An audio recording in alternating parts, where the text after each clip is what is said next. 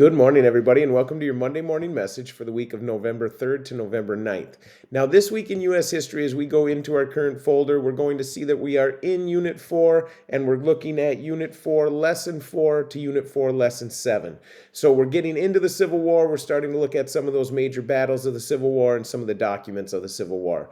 So a lot of this, for a lot of people, will be stuff that you're familiar with. Hopefully, we put a little different twist on it, keep it interesting, and so that you learn a little bit more about some of the decisions that were made when we're talking about the Civil War there.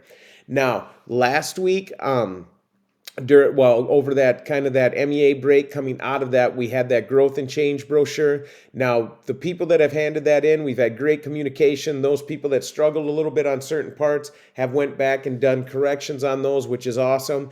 And we can only do that with the time that we're given, right? And so we're encouraging people to make sure those that are behind on that assignment, make sure that you're working to get caught up on that. It's just something that we want to avoid at the end of the trimester, is kind of that panic sets in with our overall grade. So if we can avoid that, that'll be great. Now, to help us avoid that, I give you until Thursday. Those people that have not handed that in by Thursday this week, then you just get a kind of a message home to parents, guardians, just saying, hey, this is having a huge impact on the overall grade. We want to make sure we take care of that just so we can do the best we can in the course. That makes everybody happy. Me happy, you happy, hopefully the people at home happy too.